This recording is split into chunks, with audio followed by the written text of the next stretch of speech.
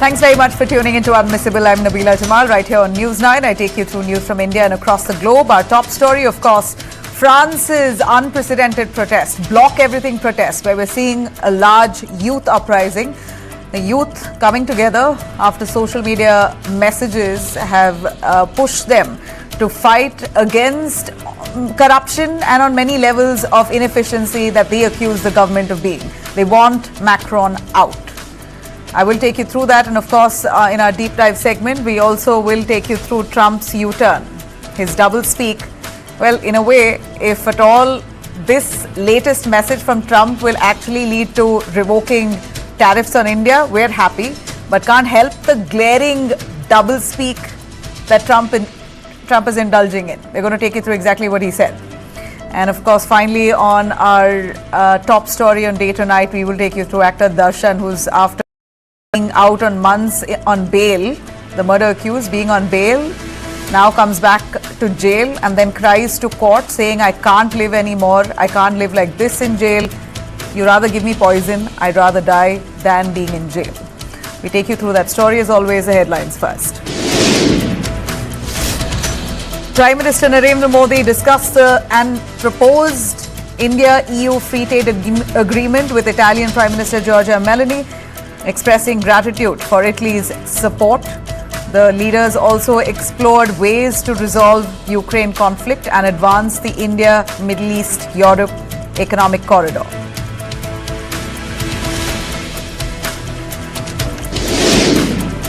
Former Chief Justice Sushila Karki has agreed to lead Nepal's interim government.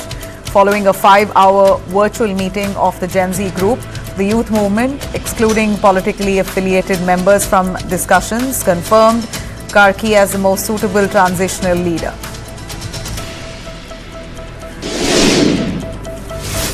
Activist Omar Khalid has approached the Supreme Court challenging the Delhi High Court's rejection of his bail in the UAPA case linked to the February 2020 Delhi riots. The High Court had denied bail to 9 accused, emphasizing that peaceful protests are constitutional but conspired violence cannot be condoned.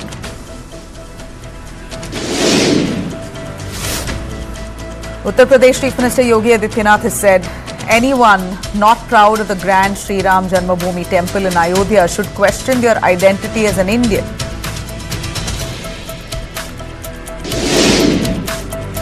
Tamil Nadu Deputy Chief Minister Udayanidhi Stalin has launched his campaign, taking a sharp dig at the AIADMK and Edappadi Palaniswamy. He claimed AIADMK is at the verge of reaching the ICU due to internal divisions and alleged BJP interference.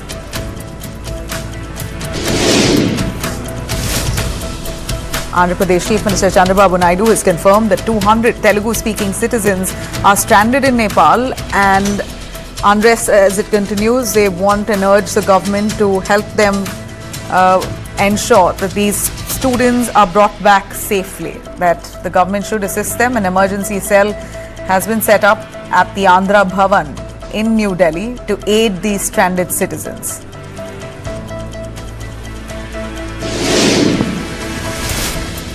Ahead of 2026 Tamil Nadu polls, Vijay's TVK party campaign faces strict restrictions, including limits on vehicles, on speeches and rally participation, as party alleges deliberate obstruction by authorities, basically alluding to the DMK.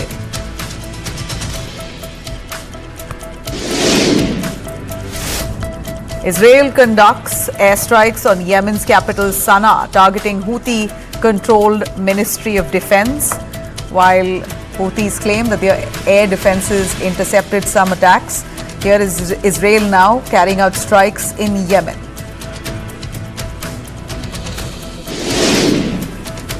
Donald Trump cornered by pro-Palestine protesters in Washington, D.C. as he was there for dinner.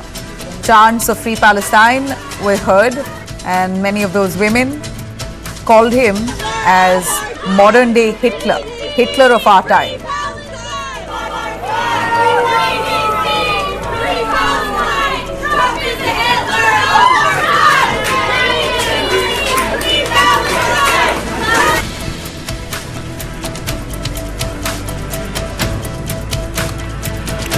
Let me cut across to our top story here. France, yet another country that's now in turmoil, and we're looking at a student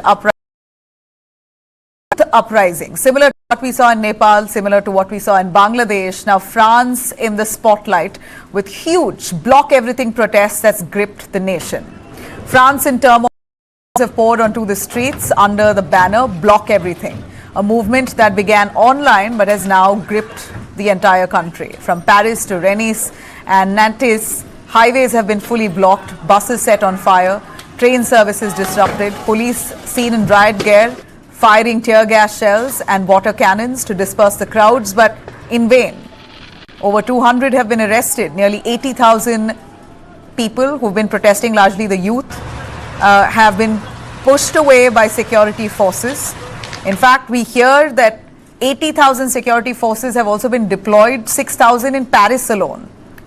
This fury comes just days after Prime Minister Francis Bayrou was ousted in a no-confidence vote. In fact, a confidence vote that was carried out in the parliament. He lost out, and quickly Macron moved him out and appointed another prime minister. President Macron replaced him with his ally, Sébastien Lecornu, his fifth prime minister in less than 2 years. But instead of easing tensions, this has only made it worse. The anger has deepened. Protesters are a full mix, as we see on the streets there. Riots are being carried out by all kinds of people. Right-wing online groups that first sparked the movement, and also left-wing activists, along with trade unions and young people who are struggling with jobs, with inflation, stagnant wages, all kinds, who are out in the streets there protesting against the Macron government.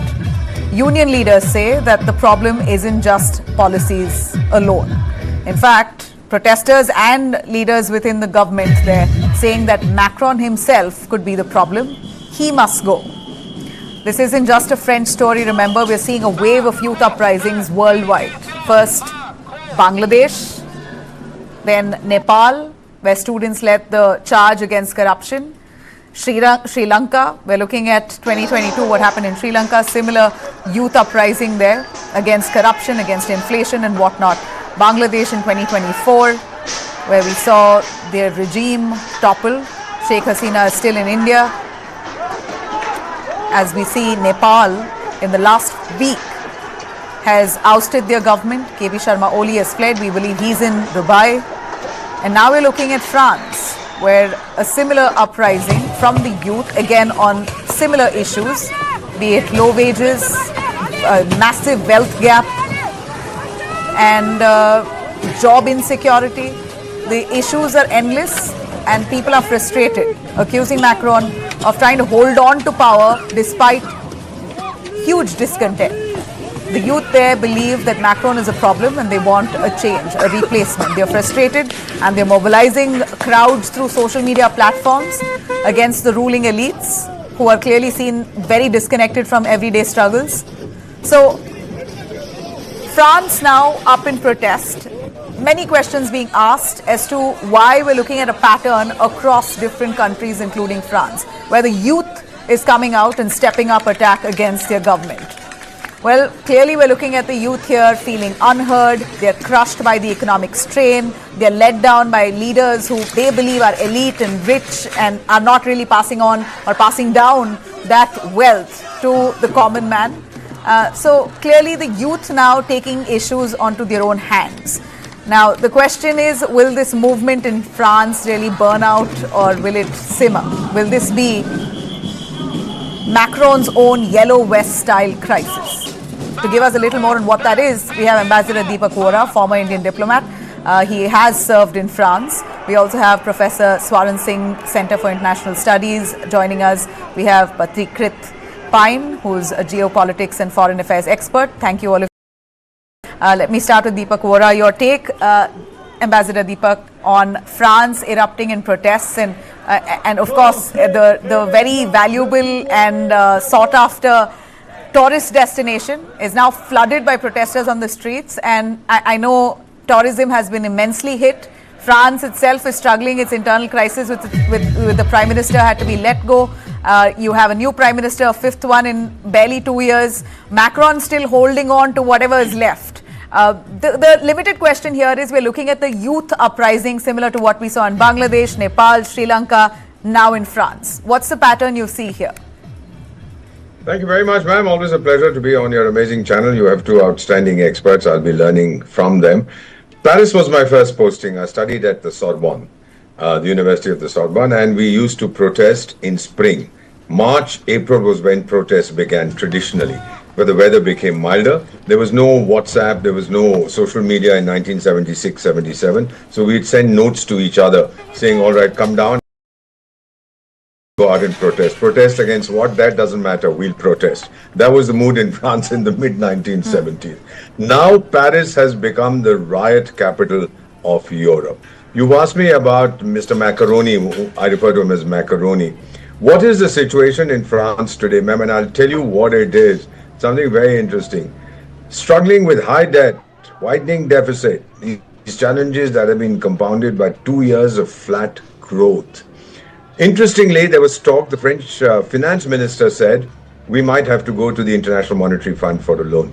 And what do you think the European Central Bank, that Christine Lagarde or Lagarde or whatever that woman's name is, what does she say? No, France can't go. We're a developed country. How can they go there? But they have to get their public finances under control. The arrogance still persists. Paisa nahi hai, taakat nahi hai, akkad nahi gayi hai.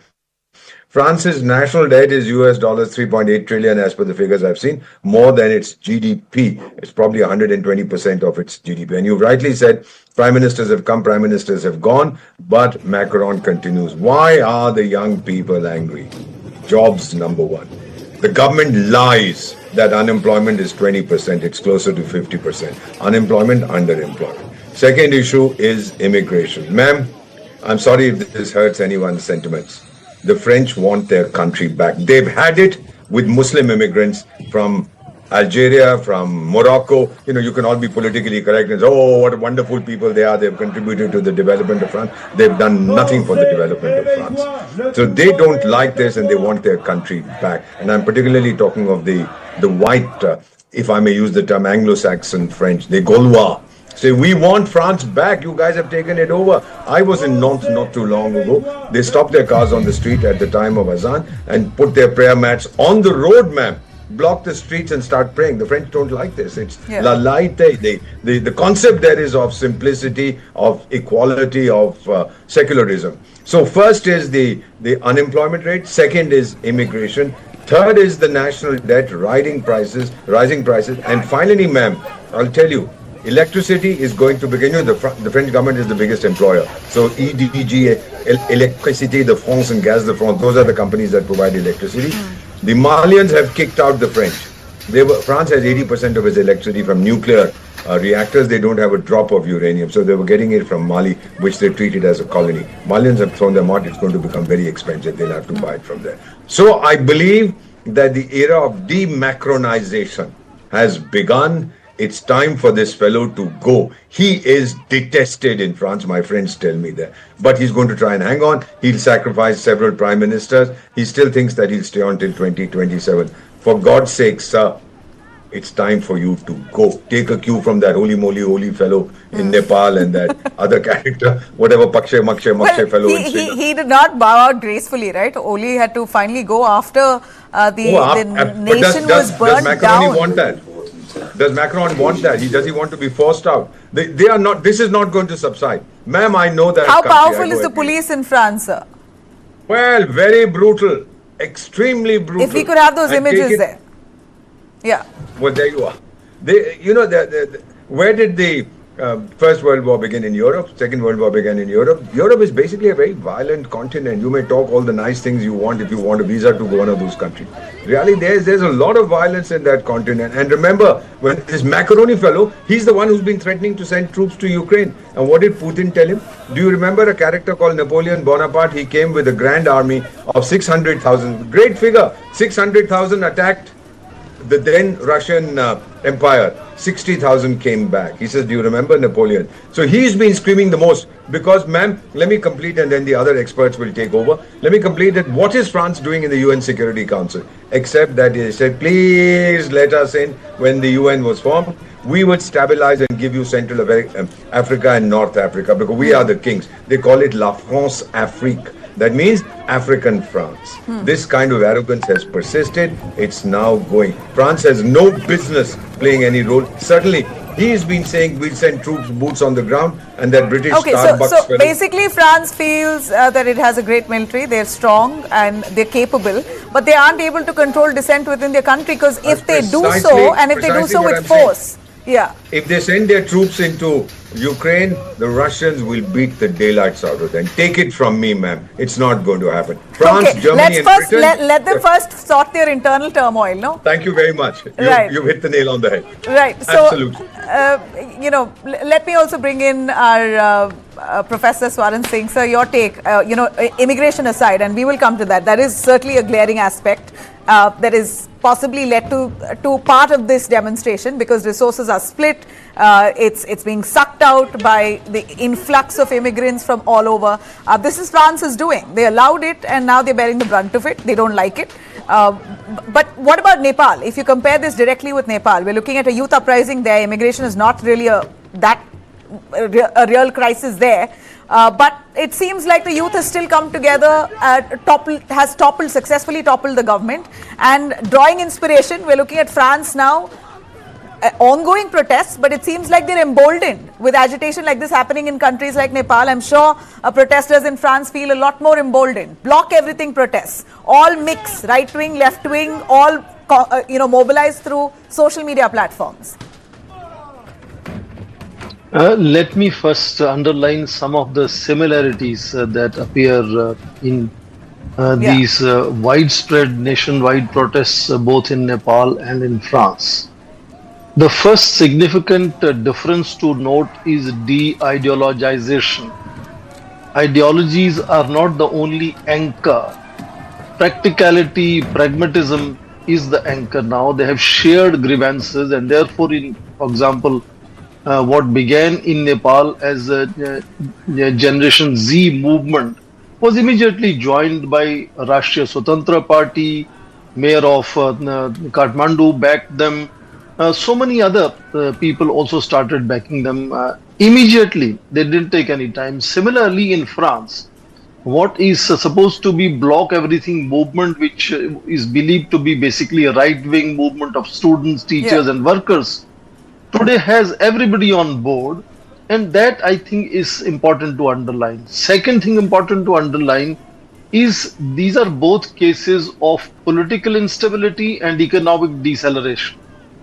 Both of them are similar. France's debt has crossed 110% of GDP. Last 5 years, the deceleration is strong. And that is partly, as you mentioned, the prime ministers keep changing. They had snap elections. Even snap elections did not give anybody clear majority. I mean, we still have major divisions. For example, the largest group of parties is called the Popular Front, has just 182 seats out of 577. Next largest is Ensemble with 168. So there is no clear mandate as to who should rule. Same is true in case of Nepal also. Largest party has about 88 seats in Nepal. And in that sense, that political instability also pushes these various political parties away from ideology into what we call marriage of convenience. So they invariably wish to stay on and not go back to elections again and again, and want to somehow manage some kind of equations and coordinations, which fundamentally means the long-term projects cannot be either conceived or operationalized in that sense. And that creates a gradual progression of popular simmering grievances. Now add this social media connection of real-time explosive speed of information disseminating or disinformation disseminating, which explodes and states one after another. France is a developed country, Nepal is a developing country, but both cases, neither military nor police is able to guarantee that law and order will be maintained and these challenges could be put under control immediately. No, they continue to unfold. Now, let me also address this question of whether Macron is going to go very quickly in 30 seconds. I think there is no direct threat as far as term of President Emmanuel Macron is concerned. The 1958 Constitution, Article 6. We are Article looking 6 at banners gives him a asking for guaranteed Macron to go with his name on it in front of the Prime Minister's house. We just I know. showed some visuals of people protesting Makes no outside his home. Let me just add in 10-15 seconds. It would require both Senate and the National Assembly to sit together with a two-thirds vote. Imagine 577 members of National Assembly, 348 members of the Senate will have to come together. There is no unity anywhere. I can't imagine all of them sitting together with two-third majority and asking for impeachment, and then Macron will have to go. What we will see is the constant shuffling of prime ministers, and if push comes to shove, another snap elections, which would further push both to the unrest, dissatisfaction and deceleration. So there is no quick solutions. The changes, the transformative force of social media today is very, very unlike anything earlier. So national leaders are often seen not in grip or not in know of what is happening on the ground. So it is either ignorance or arrogance of politicians that is creating this situation, replicating in Sri Lanka, in Bangladesh, in Nepal, in France, everywhere. There is an unusual problem the political elite is facing, and I think they need to think seriously about it. You know, from what I understand here, there should be a limit and a timeline possibly to a government being in power. You know, that anti-incumbency, in a way, this is a classic example of what happens when people are frustrated with the current regime, when they're in power for a little too long. How long has Macron been in power, sir, if you can fill me in on that? Ambassador Vora? 7-year term.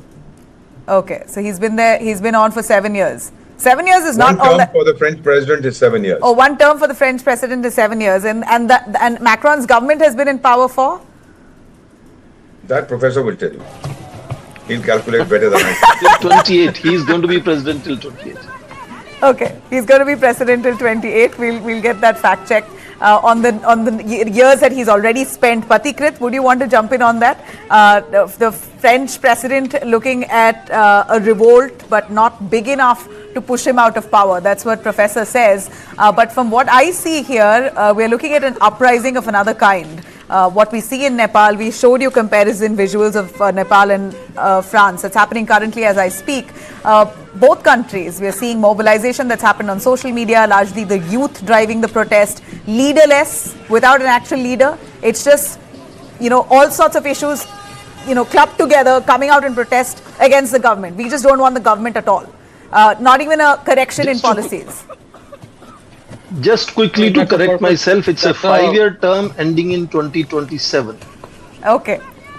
All right. No, I wanted to know, and my viewers to know, on how long has he been in power? Since 2017. Since 2017. So that's not really too long. All right. Well, it is. France wants change. It's 9 years. 8 years. Yeah. Patikrit? So I think there's a fundamental difference between what happened in Nepal and France. First and foremost, in Nepal, they're fighting against corruption and then they end up looting the shops. So there's a lot of, I think most people who are actually doing it are literally clueless actually why they're doing it. You know, we can keep on legitimizing what is happening, but it's not the right way out. In case of France, let me put it this way, what is happening in France is going to happen in many of the Western European countries. The crux of the matter is this: when the COVID situation came, if you look at a country like India, its focus has been on economic restructuring, development, resilience of the economy, and many other steps taken by government of India, which did not got appreciated by many in the country. But IMF called it a bright spot in a dark horizon. Now, what was the focus and the priority for a country like France? For a country like France from 2022 onwards, a post-COVID situation was a war in Ukraine. They were very busy to find out how to continue it. So today you have countries like France and many others of Western Europe.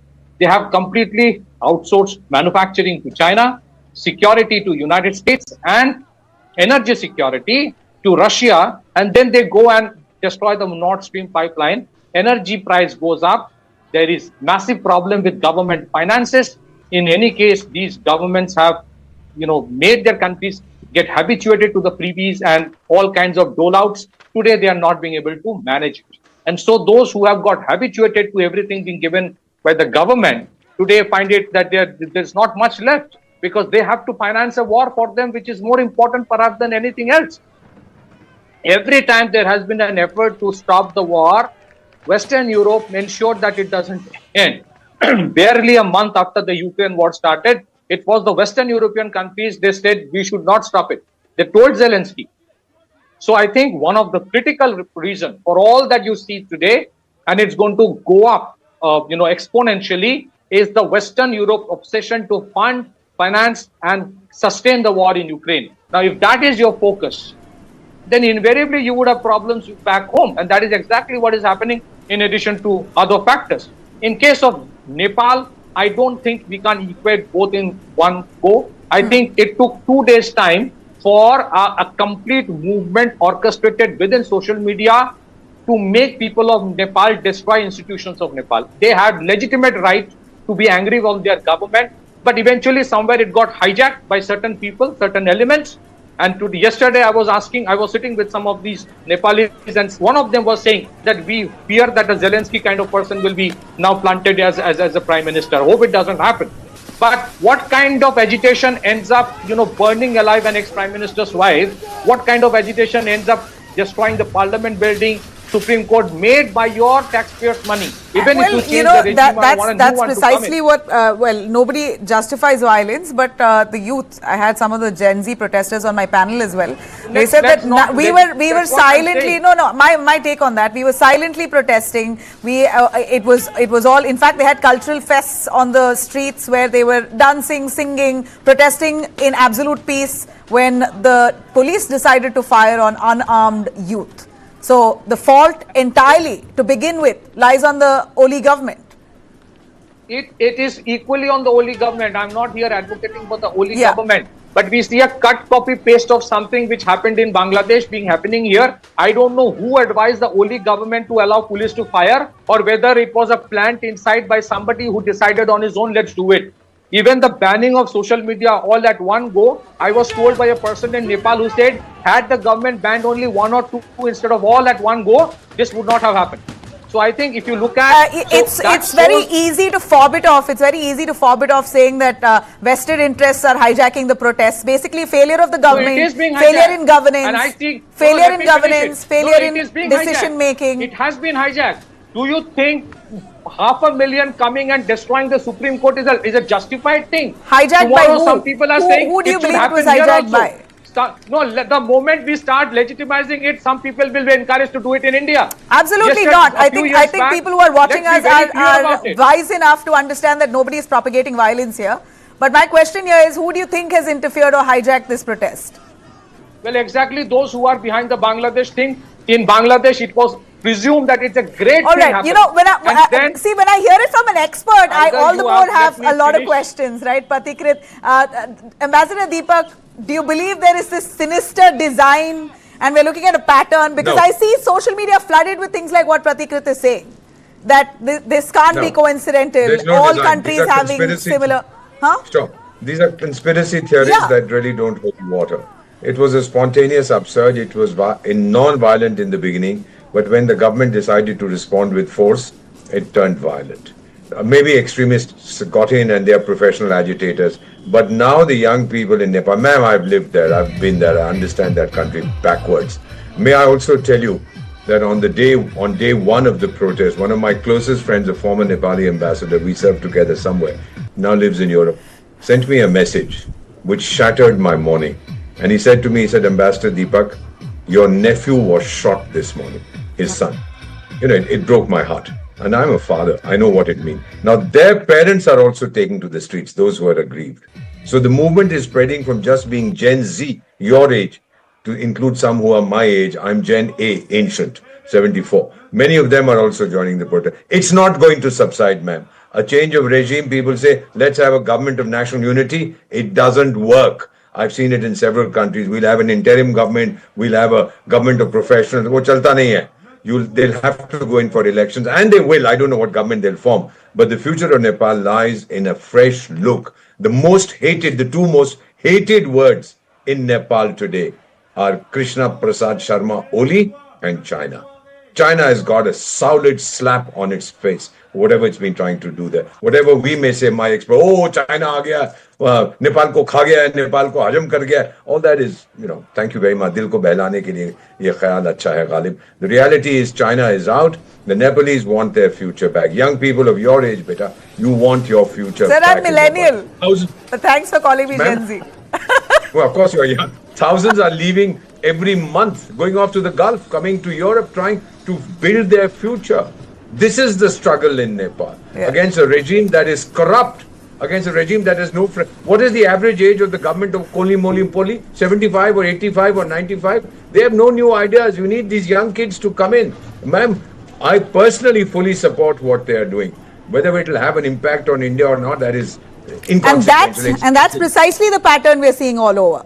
A sinister design could be a conspiracy theory, could very well be true. But from what I see and from what I hear, that the youth is frustrated. Social media is bringing them the fact. It's opening up, a lot of facts to them, which they otherwise wouldn't have cared to turn on, switch on the television and watch. Now you have everything in their hands, and mobile phones give them all kinds of information. You have people free to talk, even if in the media they have a gag or they fear to speak against the government. You have social media influencers speaking the truth and on many levels spicing it up. And that's basically what's instigating the youth today to come out and protest in this fashion. And that's the pattern we see in most of these countries. Right, Ambassador Vora, a final word from Professor. Sir, your take on this? I think clearly one goes back to the Arab Spring movement, when this whole trend of people coming to the street, blocking streets, sit-ins, and now, of course, increasingly the situations of more destructive mode of protest. I would also not rule out that, yes, I agree with Ambassador Bora. Several other people also from civil society, as I said earlier, join these protests. But yes, they do also create space for criminals. I'm not saying criminals are leading the protests as of now, or they are the people only they are the only people responsible for all the death and destruction. But the longer the protests continue, the greater the likelihood that those kind of elements will also join and sometimes, lead the movement in a slightly different direction. There could be even possibility of some, new singers trying out their luck and, being part of protest and singing and so on, but not in first 48 hours. First 48 hours, it's an explosion of dissatisfaction that young people have had. And they were completely, I think, reinforced in terms of their determination by the police atrocities and deaths of which are now being called between 19 to 22 people dying. That is a reflection of failure of state to anticipate or to simply maintain, ensure law and order. When you're taking a decision of banning 26 social media platforms at one go, there has to be some preparedness as to how people will respond to that. Particularly when we know that there's a whole grievances and disaffection growing for last 2 years. Yeah, so social media I see is a double-edged sword. You let it free and you have this, and you don't allow it, and then you have what's happening in Nepal. So it's very interesting. Ambassador Vora, you had a final word to say? I just wanted to say that Ukraine is also an issue. Most friends say, what on earth is this character wanting to send our troops to Ukraine? Ukraine is not NATO, Ukraine is not EU. Get the hell out of Ukraine, first solve your internal, exactly what you're saying. Solve your internal issues, then go beat up the Russians. It's not going to happen, ma'am. I've seen this in the course of my career. The youth tsunami can never be stopped. It can only be contained. Yeah. Patikrit, I'll end with you. As you see it as a sinister design, your take on whether France will sustain this, because we believe that France has so far at least thought it's a short-lived movement, but it seems to be growing in strength and it could really signal a generational revolt. Look, in case of France, this was going to happen, and I said it's going to happen in many Western European countries. Mohammad Yunus, when he went to United States late last year, he said that what happened in Bangladesh had been planned for a long time. It didn't happen in 2 days. So where did that US aid $700 million go that has been given here? There's a website, there is a Absolutely, they have right to be angry on their government. I have no qualms on that. The governments have been corrupt in Nepal. But I think the other way around should have been to have a political movement, defeat them in election, have something of your own. The process that has been started, it can tomorrow be replicated by somebody else in Nepal. This is a vicious cycle when you legitimize violence. That, to my mind, is something which is not good. That's all I wanted to say. Clear on that nobody is legitimizing violence, but it's the youth who believe that this is the only answer to get what they want. Well, I really appreciate Pratikrit, Professor and Ambassador, for joining us on this. Thank you. Thank you. Thank you very much. Thank you. All right, let me shift our focus now to the United States. It seems like Donald Trump's doublespeak is now more glaring than ever, but as long as it benefits India. Is the US all set to roll back its 50% tariffs on India? Well, that's the sense Donald Trump is giving, and it's had a direct effect on the Indian stock markets today that rallied in the green right from the start. In the latest round of his doublespeak, Trump struck a far warmer note today on his Truth Social platform, where he wrote, and I quote, I'm reading it out for you, I'm pleased to announce that India and the United States are continuing negotiations to address trade barriers. I look forward to speaking with my very good friend, Prime Minister Modi. I feel certain there will be no difficulty in coming to a successful conclusion for both of our great countries. And Prime Minister Modi, in a rare reaction, has acknowledged the post. He's called India and the US close friends and natural partners, adding that both sides are working to wrap up discussions at the earliest for a more prosperous future. But before anyone really pops the champagne here, let's not forget that this is classic Trump. Hardly consistent. Weeks ago, he blasted India for buying Russian crude, accused Delhi of fueling Moscow's war machine, and pushed Europe. Also, we hear simultaneously he is now pushing EU to slap 100% tariffs on India and China for buying oil from Russia. And while he simultaneously does that, he also puts this out, a message on his Social Truth platform, where he asks for, where he basically says that India and United States are currently negotiating hard and they're going to come to a common table. Remember, he first called India a dead economy in July, then reversed himself in August, calling Modi a great friend, and now again, tariff to trade deals. The zigzag now is quite evident. Meanwhile, reports show that the US military-industrial complex has profited immensely from the Ukraine war, with explosive growth in arms orders and AI defense systems. Even as Trump points fingers at India, United States defense seems to be earning heavily, all thanks to multiple wars happening across the world. So do we see a thaw in tariff blisters between United States and India? Or is this just Trump's turn to yo-yo? Another round of his doublespeak. This time India has also underlined that talks are very much alive. Commerce Minister Piyush Goyal on one of the platforms has said that India is in active dialogue with the United States for a free trade agreement. So we're keeping our fingers crossed. Let's just hope that these tariffs are reversed, because priority is certainly our Indian economy. Joining me live, Ambassador Prabhu Dayal, former Indian diplomat, to give us a little take on how far can we rejoice looking at Trump's message today. Can we rejoice? Adit Kothari also joining us, geopolitical expert. Sir, Ambassador, your take first. Well, as you yourself put it, Trump has sent mixed signals. Let me mention that just a couple of days ago, he asked the European Union to impose 100% tariffs on China and India in order to pressurize us from not buying Russian oil. He wanted that the European Union should put these tariffs so that both China and India stop buying Russian oil. At the same time, he has sent this rather nice message to our Prime Minister, and he has posted on social media that his administration had resumed trade negotiations with India. And he said that he's pleased to announce that India and the United States are continuing negotiations to address the trade barriers between our two nations. Now, of course, Prime Minister Modi also reciprocated warmly. So there is a lot of diplomatic maneuvering going on. But on ground, has there been any change? The US has not taken back the tariffs. They are still very much in place. Our exports are being hit. as they were being as soon as the tariffs were imposed. So there has not been any change in the on-ground situation. Let me also mention that Trump is under a lot of pressure from his domestic farmers' lobby, because earlier this year, China had put a ban on a lot of US agricultural exports, including soya beans, which were, China was the biggest market for that. And negotiations with China are going nowhere. But the Trump administration does want this trade dispute with China to be resolved.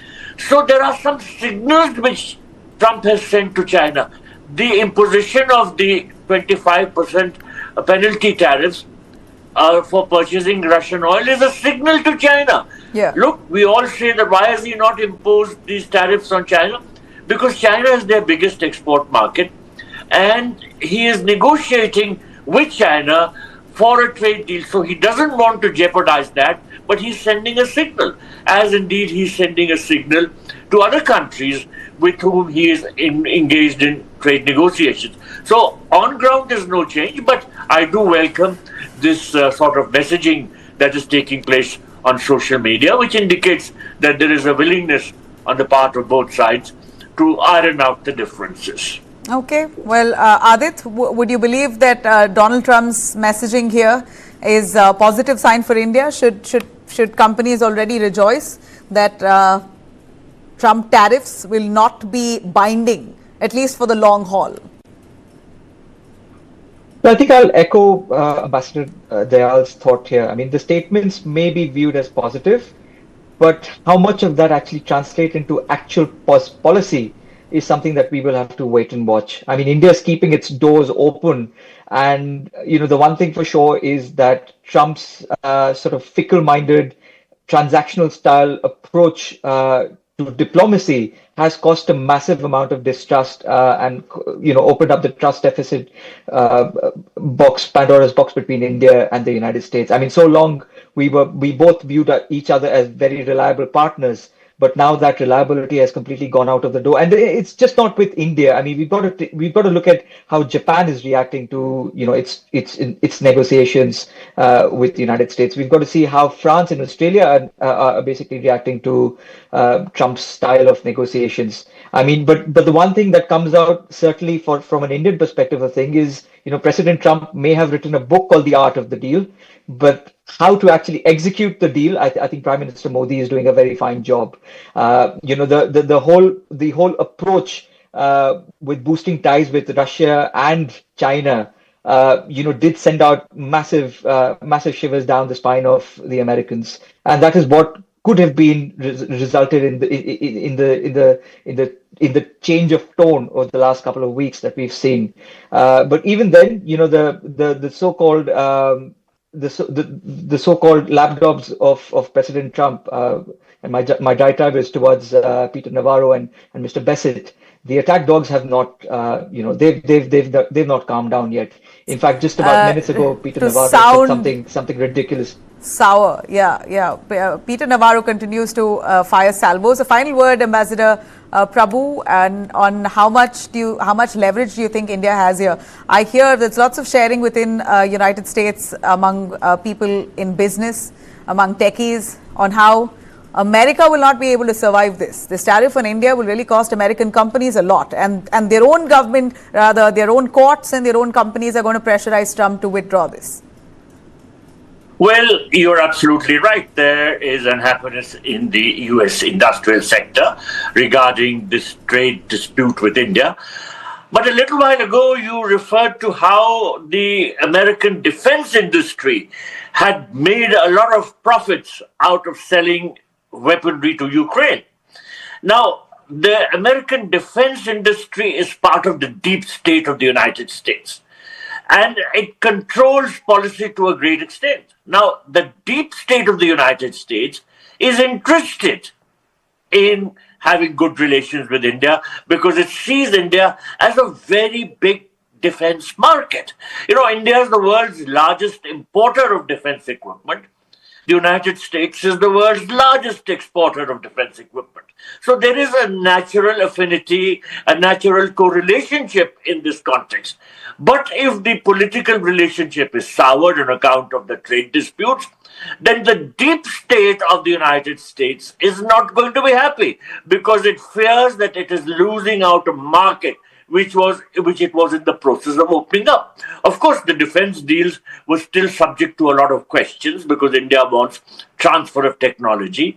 We pursue the Make in India program, and the defense industry and the defense manufacturers in the United States were not so keen to transfer technology, so there were some hiccups. But nonetheless, that was the big area of focus, and that is where the United States could make a lot of profit. So the deep state is pushing the Trump administration to try and sort this matter out. Let's see how things shape out. But nonetheless, there are welcome signs that there is a willingness on the part of the Trump administration to take a fresh look at the matter. Okay. And we would be only too happy if that happens. All right, we're very happy if that happens. We're seeing the Indian markets trending in green today after Trump's post, but not too sure if we could jump with joy so quick.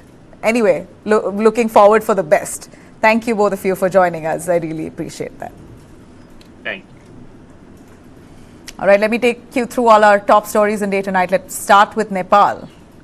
It seems like there's some aspect of semblance there. In response to the Gen Z escalating unrest in Nepal, the Nepalese army has imposed nationwide prohibitory orders and curfew, while the movement itself has chosen a neutral interim leader to steer critical negotiations. The army has announced that prohibitory orders will remain in force until this evening, and nationwide curfew will again begin tomorrow 6 a.m. Authorities have warned that anarchic elements have infiltrated the protests, leading to arson, looting, vandalism, targeted violence, and even attempted sexual assaults. Meanwhile, the Gen Z movement has chosen former Chief Justice Sushila Karki as their interim leader. The decision made after 4 hours of virtual meeting underscores the movement's commitment to neutrality, with no youth affiliated with political parties involved in leadership talks. So basically a neutral face that the youth want to be heading this interim government. Civic activist Karki, Nepal's first woman Chief Justice, is seen as the only figure capable of guiding negotiations fairly. Nepalese army dispersed Gen Z protesters at headquarters who had gathered to discuss leadership of the prospective interim government. Now, other names including Kathmandu Mayor Balendra Shavere considered but did not receive any consensus. The move signals that Gen Z protesters intend to keep discussions independent and civic-driven, free from any party influence.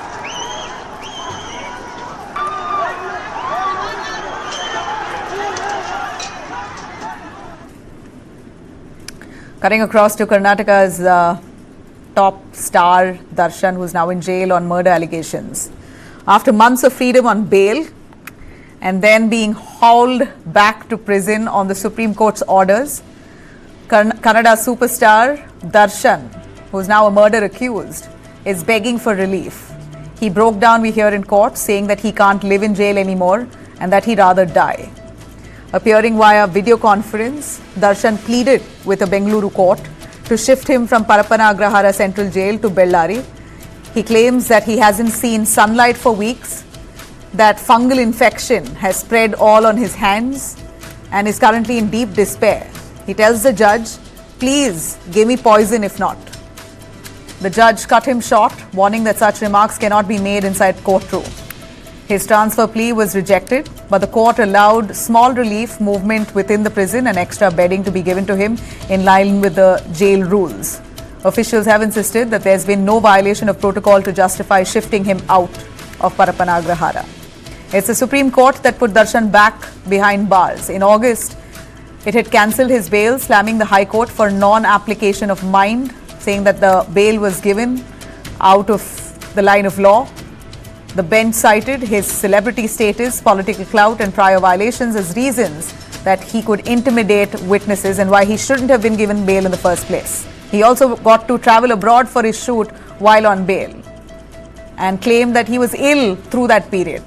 Jail staff were warned any VIP treatment to Darshan, they will face suspension. So Darshan is now living life like a true prisoner without any VIP treatment. And here you have it. We hear that he's broken down in court, saying he can't endure it any longer. Darshan stays in Paraparna Agrahara for now. He's denied transfer, denied any privileges, and firmly under the Supreme Court's watch. Now, a quick look at the situation in Maddur town in Mandya, Karnataka, after riots broke out. We're looking at the district there returning to some state of normalcy, where thousands of devotees joined the Ganesh Visarjan procession. In a show of unity, Hindu organizations there decided to immerse 28 idols at once. And this comes just days after stone pelting had marred the procession. On Sunday night, this happened, where stone pelting had disrupted the procession, and we saw a huge riot-like situation that unfolded. Both the BJP and the JDS leaders extended their support to the event. B.Y. Vijendra, leader of the opposition, Ashoka, senior leaders Chalavadi Narayan Swamy, Yaduvir Wadeyar, and MLA Dr. Ashwath Narayan were all seen taking part in the procession. They visited those who were injured. In fact, in the Lati charge, many of them were injured, and we saw the BJP leaders visiting them. Many of them who are still hospitalized, and the BJP leaders met them and promised them that justice will be served. The state BJP has also formed a fact-finding committee now to investigate this incident, which has been directed to submit its report within a week's time. Security was the top priority. The route passed in front of the mosque where the violence broke out.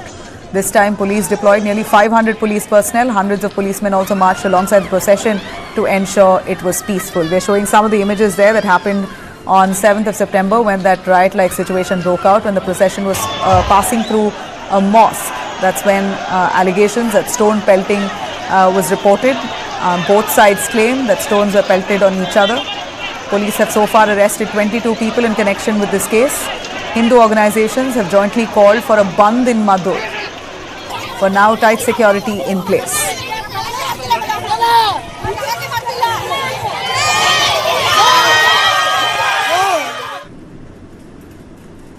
All right. Frustrated villagers in Bomalapura near Gundalpet, Karnataka, decided to teach forest officials a lesson which they won't ever forget after weeks of failed attempts to capture a rogue tiger that's been prowling the Bandipur buffer zone. The big cat struck again, killing a cattle this time belonging to a farmer, Gangappa. Hours later, it was even spotted in his field.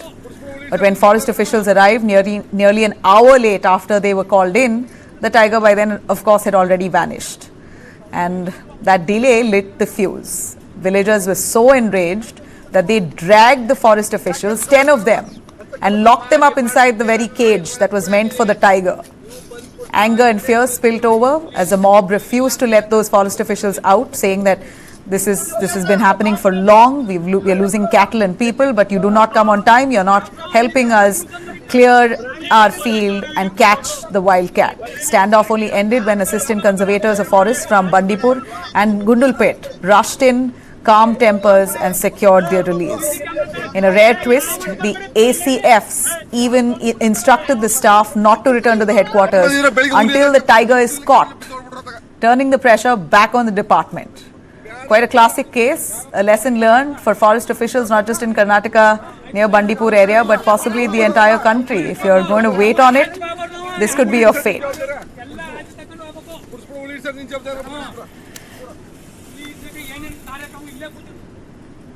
All right, let's cut it deepened.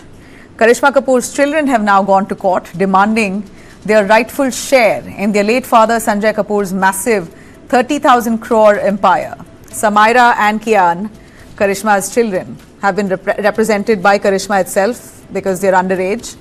They're challenging a sudden will that's now cropped up, that's dated March, which allegedly leaves the entire estate to their stepmother, Priya Sachdev Kapoor.